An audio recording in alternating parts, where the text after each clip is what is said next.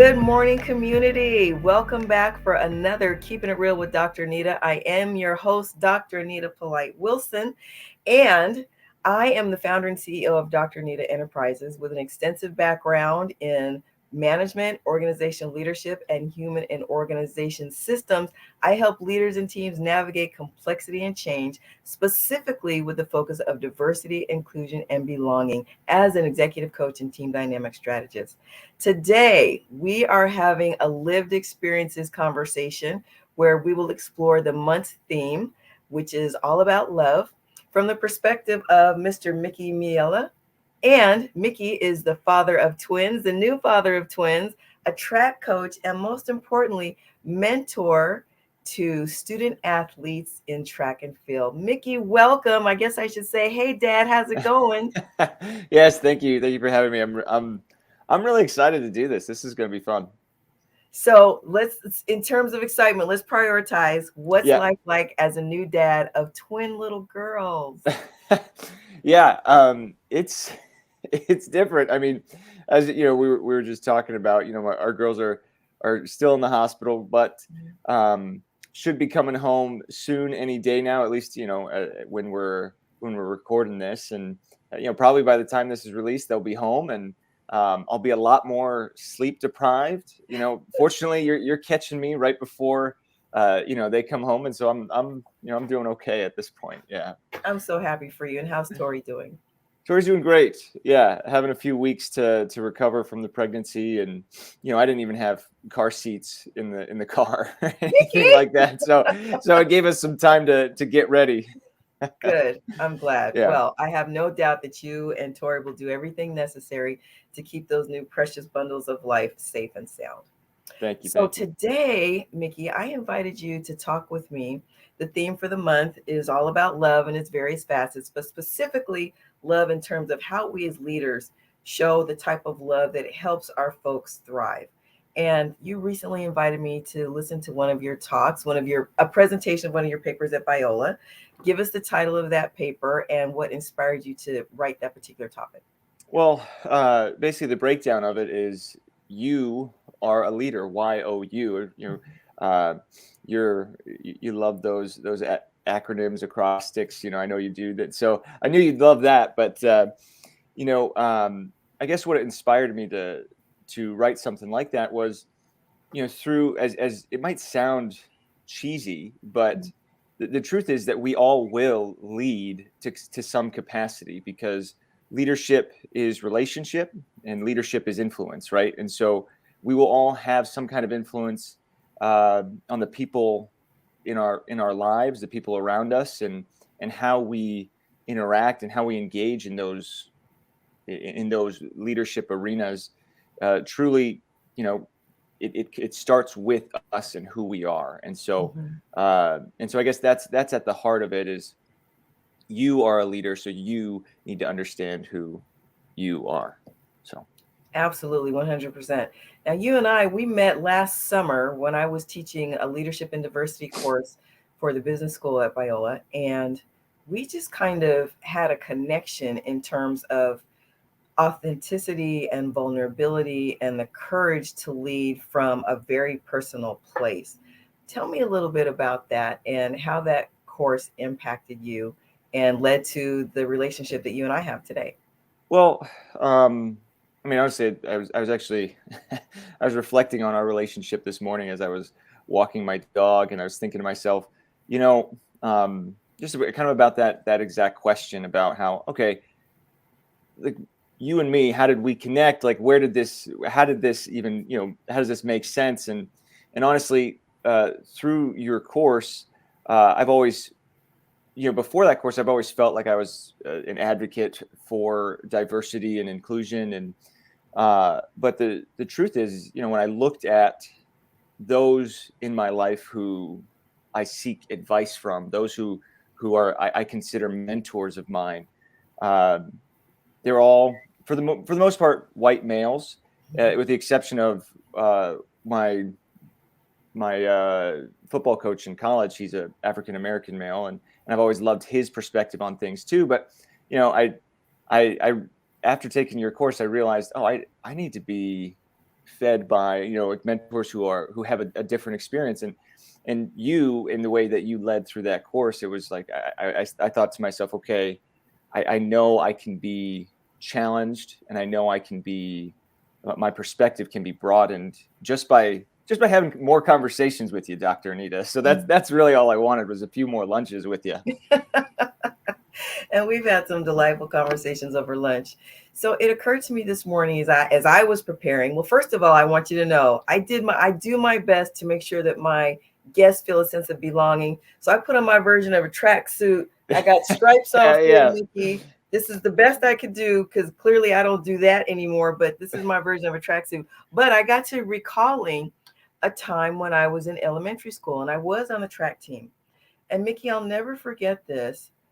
It was between me, several others, but the track coach was really focused on a little girl who looked more like Shirley Temple than she did me. Blonde hair, curly ringlets, blue eyes. Mickey, I blew her out of the water in the relay, but he focused on her.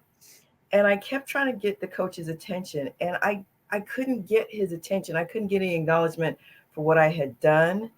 And I know some people think, well, let's focus on the ones who aren't quite making it because the ones who are making it, they don't need any encouragement.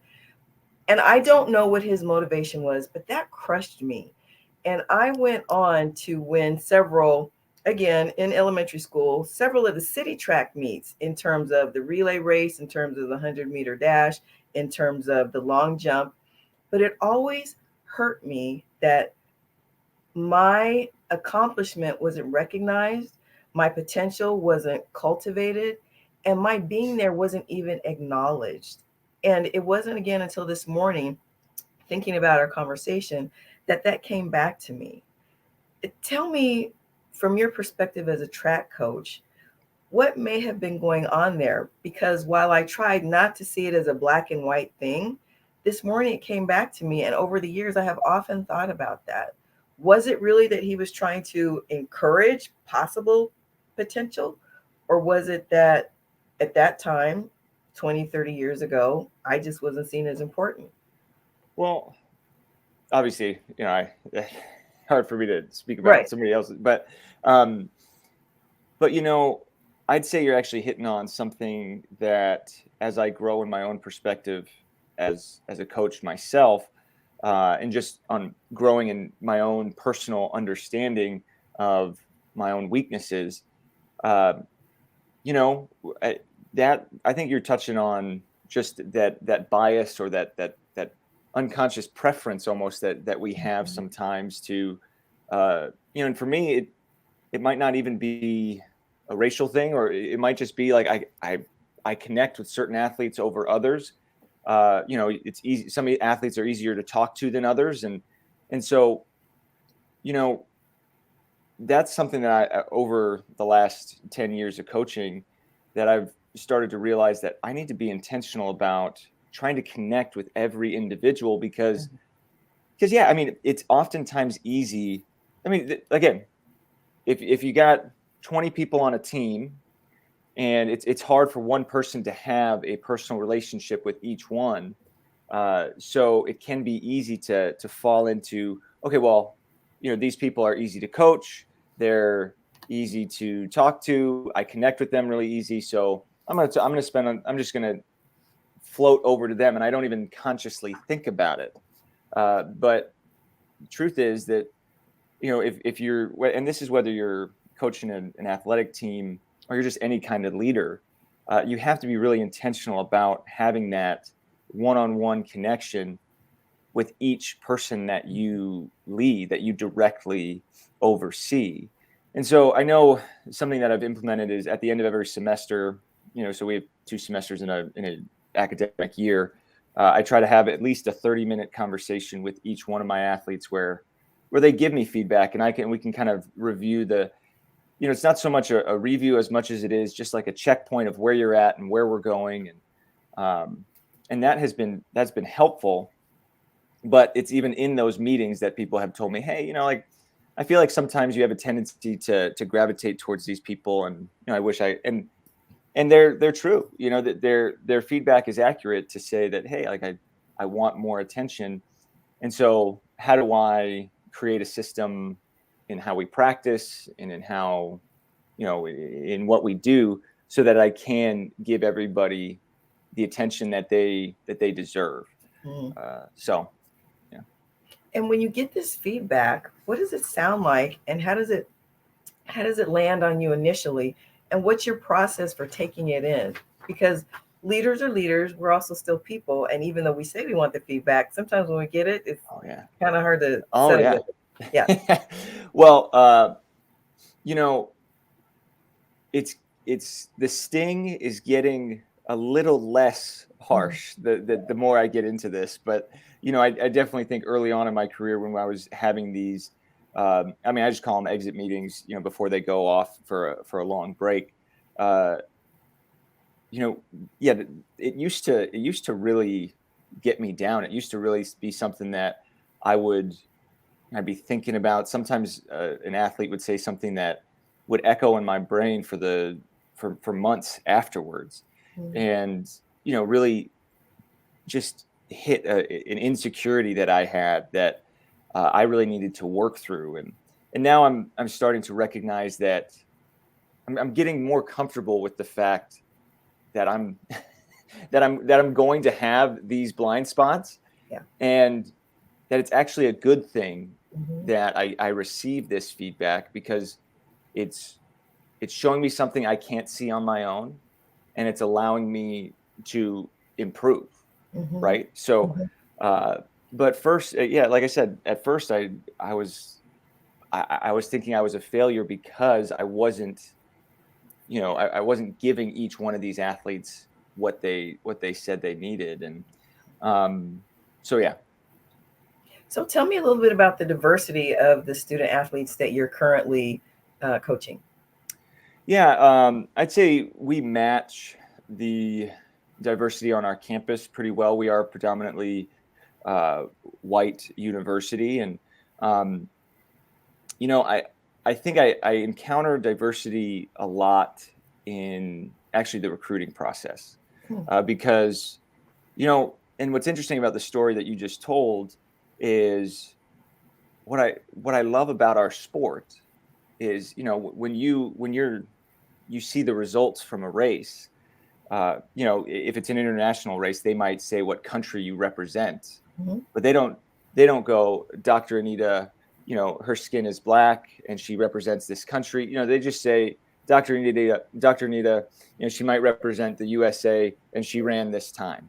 You know, and so it really does come down to, how fast did you run the race, right? And so when we're going through the recruiting process, that's often the first thing I look for. We have a set of criteria of, you have to hit this time to be an athlete on our team. I mean, that's just to make it the most simple case. And so I interact a lot with, whether it's different different racial backgrounds, ethnic backgrounds, what is it, economic backgrounds is probably the one that, you know because of, that's always going to be a conversation, scholarships and Mhm. the cost of the institution. Mhm. I think that's something that has even more so, it's been surprising to see how, yeah, how just that becomes obviously a big topic, and how some people, how they just handle that conversation even. And um and so, yeah, I mean, I guess I didn't directly answer your question, but uh point being that, our institution is actually kind of expensive, and so it can be a struggle for those students who, they're good students and good athletes. It can be a challenge that, that they can even afford Mhm. to come to a school like ours, um, without, substantial financial uh, aid. Mhm. And your point is well taken. And in context, that may prevent the level of diversity that we would love to see happen. And therefore, with a reduced opportunity for diversity in this particular context, it requires you to do what you did and say, well, when I think about my circle, how can I make it more diverse? Let me reach out to Dr. Nita. Let me continue that relationship that I had with my own coach when I was a student athlete. So I respect that and I appreciate that. And I acknowledge that that is the reality of where you are. Let's now take the conversation back to the presentation that I just enjoyed so thoroughly when I was there. So let's go back to the acronyms. Tell us what U stands for in your presentation. Yeah, so Y.O.U, the Y stands for a yearning for the Holy Spirit. And again, I don't know if all your listeners are Christian. I think my mom she's gonna be 17 years sober on Tuesday. And Wow, so yeah, so congratulations. she's been a part of AA for a while, and they always talk about a higher power. So Mhm, it has to be a yearning for your your innate calling, I guess, mhm, your spiritual calling, the passions that that have been ingrained in you since mhm, birth. Like mhm, so that's the why. The O is an ownership of experiences, or an ownership of interactions with those who follow you. And the U is understanding who you are. And that's, again, self-awareness, because we cannot lead out of something that we are not. mm. And so I feel like these are three core pillars if you are going to lead well. Is, yeah, having that yearning for understanding your calling, ownership of the interactions you have with those who you lead, and then understanding who you are. So let's take them one by one. When you say yearning, what comes to mind for me is people's internal motivation. Some people strive for leadership for title, and some people strive for leadership for the privilege of having impact in others' lives. Tell me a little bit more about yearning from your perspective. Well, I guess for me, it's a yearning for purpose, Hmm. and not that, and that's the thing, is that our purpose cannot be wrapped up in our leadership, or wrapped up in who who we lead, because that's going to be a finicky. Some days it's going to be great, and some days it's going to be challenging. Hmm. But you know, it's yearning of, okay, well, what have I been placed on this earth to do? Hmm. Right?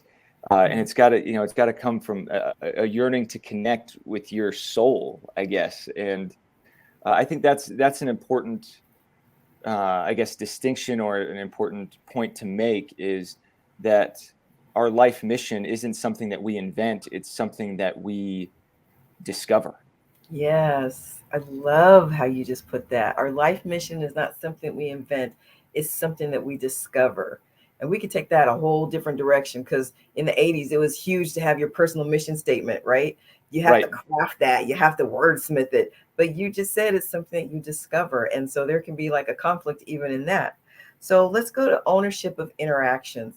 Mm. Oftentimes, when we think of, assuming that we do even think about the ownership of our of the interactions that we either what's the word, initiate or participate in, we don't realize the responsibility to manage intent with impact. So talk about that in terms of ownership of interactions and the impacts of those interactions. Well, and again, I think, yeah, it's all going to kind of come back to.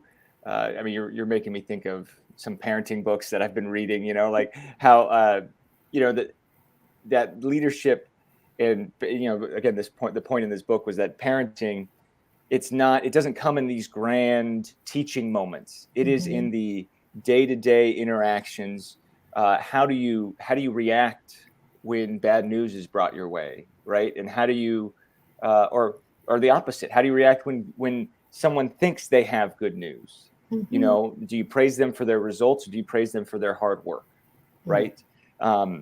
But ultimately, I guess, thinking about, okay, ownership over interactions. So you, as the leader, understanding that every interaction that you have with those who follow you, that is going to create how they see you, how well they trust you. Uh, do they feel safe to bring bad Mm-hmm. news, quote unquote bad news, to you? Is there that psychological safety to collaborate, Mm-hmm. right? Mm-hmm. I think that's definitely kind of like the big thing is, your day-to-day interactions will create that safety. Mm-hmm. And I guess the second thing is having that, it helps those that follow you. It gives them a freedom to, again, quote unquote, fail, Yeah. uh, because they know that their leader will take on the responsibility of those results Mm-hmm. when the leader takes ownership of the results that come out of the entire team, Mm-hmm. right? Mm-hmm. And so, if I can just a little bit farther into this, you do this through, yeah, like I said, through every interaction that you have, getting to know the strengths and the weaknesses and the calling and the passion of each individual. And at the end, like I said, you make it very clear as the leader that it's on me, whatever happens. So because I want you to be free Mm-hmm. to, dive deeper into those strengths and dive deeper into those passions, and we're not free to do that when we have that anxiety of whether or not the leader is going to come down on me if I do something wrong. Mm-hmm. I love that. I love what you said, especially about strengths. I'm huge into strengths, and there are other assessments that help us understand who we are. But I think strengths is a really good place to start because it's neutral. It's not looking at what's wrong with me, it's looking at how have I been gifted and how can I use this gifting to excel in this particular way and leverage that gifting, that talent, that excellence in other ways across my life that might help me close the gaps in the other areas where it's necessary to do so. So that brings me to understanding ourselves. Yes. Tell me a little bit more about that. Well, I in this paper, this presentation that I gave, I started by actually quoting you, Dr. Anita. At one time, you and I got lunch, and you said, "Knowledge is power, but self-knowledge is transformational." And and that's because, I think that the more that we understand who we are, Mm-hmm. it helps us grow in our empathy, because when we understand the depths of who we are, it I guess it waters down our pride, and we can Mm-hmm. kind of see the truth of who we are. And then when we're not prideful, we can then relate to those we lead. We can relate and say, okay, well, I struggle with that too, right? And and so I think it grows our empathy, which allows us to, again, it goes back to building that trust and having those transformational moments with those we lead. Um, but then, you know, ultimately understanding who we are, allows us to lead in the way that we were meant to lead, right? Yes. And because we can only lead to our full capacity when we understand who we are, because we Mm-hmm. can't lead out of something that we are not. Mm-hmm. Mm-hmm. And if I could say just one more thing about this, there's books out there. I mean, Dr. Nita, there's a lot of things that you have taught me, uh, and that I've learned from just a lot of different great leaders out there that I really respect. But at the end of the day, I can't, as tempting as it is to read a book or have a conversation and be like, oh, this is what I need in my leadership. This is going to be the deal breaker that Mm-hmm. changes the team that I lead, right? Well, the truth is you can't lead out of something that somebody else is, Yes. right? How does what that person, whatever you just learned, how do you take that in, and how does that impact who you Mm-hmm. are? Mm-hmm. Because as we were talking about earlier, um, leadership requires authenticity Mm-hmm. and being genuine, because it's whether you're, again, I've coached high school athletes, I've coached actually even youth athletes, and at a very early age, I think people are aware of whether or not you're trying to be something you're not, or if you are who you say you are. Oh yeah. And so it requires us to, we can't just take somebody else's 3-step plan and turn it into a leadership thing that we do. It has to be who you are. Right. Right. Absolutely. I'm so glad you said that. That's actually helpful to me because sometimes when I look at my contemporaries and the people that I hold in very high regard, I look at, the materials that they come out or the deep thoughts that they share or the things that they say that just seem to roll off their tongue so effortlessly. And I'm kind of like, how do I? And then I have to come to myself and say, wait a minute, but they're doing what they were designed to do, and you need to keep doing what you were designed to do. So while I appreciate, as you do, the knowledge and wisdom that other thought leaders have to share, I have to show up in the way that I've been designed to show up. And I have to share what's been placed in me to share. And that doesn't take away from me or put anyone on any higher pedestal than I am. We're all just trying to figure this thing out together. We're all trying to have an influence on others that impacts their lives. Earlier, I was talking with my Allies in Action crew, and we talked about the fact that leaders that have shown us love in a way that has inspired us or encouraged us or helped us to get over disappointment, the fact that we can remember what they did or said or how they comforted us or how they put us back out instead of benching us for doing something wrong, right? The fact that stuck with us 17, 25, 30 years later, that's their legacy. The fact Right. that we're remembering that. And that doesn't Right. mean that we're trying to be like that leader. It means that leader had such an impact on us that their Right. legacy, we are their legacy in terms of how their influence has shaped the way we show up. Right. Right. Well, and as you were talking, it got me thinking.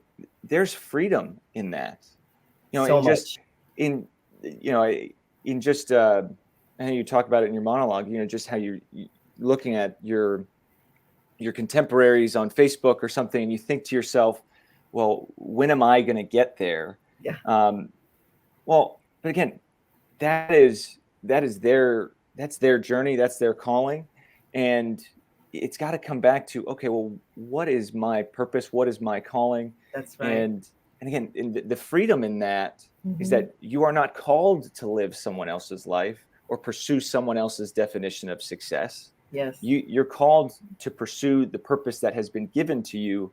If that is to humbly serve in the capacities that you have been put in at the moment. And maybe and again, for me, I'd love to be a head coach someday, but right now I'm an assistant coach. But maybe I've had this, like, maybe I'm just going to be an assistant coach, and this is how God has called me to serve student athletes for the rest of my calling and career and vocation, right? Mm-hmm. And Mm-hmm. and there's freedom in knowing, oh, that's okay, Yeah. That so is okay. yeah. And so I'm gonna put on my mentor hat for a minute. I'm gonna say, I need you to get rid of the just. It's not just an assistant coach. Yeah, That is good point. your calling. And to someone else, that just is, man, Mickey saw me. Mickey talked to me. Mickey knows who I am. Mickey knows how to like help me dust myself off and get back in the game, whether it's an actual game, whether it's a track meet, or whether it's this game of life that we're all trying to play the best that we can, right? Yeah. You're so much more than just. I want you to remember that. Well, and that is why I needed you to be my mentor, Dr. Anita. I appreciate you saying that, because it's so true. Um, because you're right. And even like, again, as you were saying that, it even just reminded me that being in the position that I'm in allows me to do certain things that if I were in a different position, if I had more responsibility, I wouldn't have maybe the impact that I had. I wouldn't have the freedom from the administrative duties that I currently have Mm-hmm. as an assistant coach. And so, yeah, I think this is why we get lunch regularly, so that to be reminded of things like that. I appreciate that. I have one more question for you, Mickey, and it just occurred to me.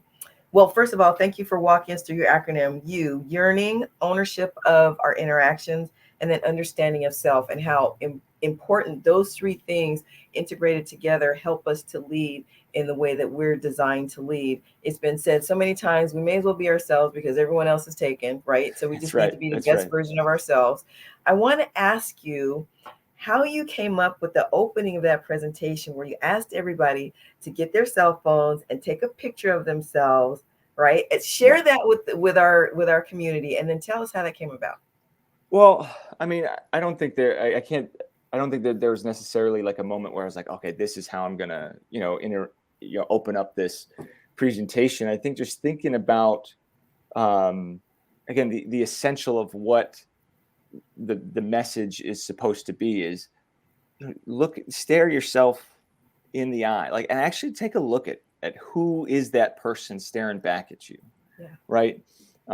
Even taking a picture, it allows you to almost disconnect and evaluate a little bit more versus looking at yourself in a mirror, because it's, you can, so all of us do this in the mirror in the morning, we kind of like do these things and try to, rub our eyes and make ourselves look a little bit more appealing. But when you take a picture, it's a frozen, like, okay, this is who I am. Right.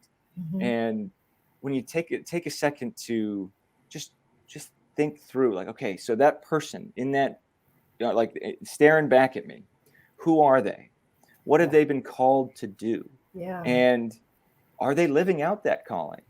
Yeah. What are the roadblocks that are holding this person back or stopping, and then you can it allows you to almost evaluate yourself a little bit and open up your heart a little bit to, okay, maybe this is where I need to change or what I need to be open to. Well, Mickey, I'm just getting the same sense of pride for you and what you delivered that day and how you delivered it. It was just an honor to be in the room and just watch you kind of do your thing the way only you can do it. Thank you so much for joining me and for sharing yourself with our community today. Everyone, I want to thank you for being part of another Keeping It Real conversation that matters. And I want you to contribute to the dialogue. So please send potential guest speakers that you believe have a lived experience that our community can benefit from by sending an email to jazzy@drnita.com. To learn more about my services and my resources, please go to my website at drnita.com. And while you're there, click on the media link. It's right on the landing page in the middle at the top if you'd like to hear this show or other broadcasts that we have available. Also, you can find me on your favorite podcast player, so please subscribe, follow, rate, and review. It means a lot to me because I only want to deliver content that's going to be helpful to you.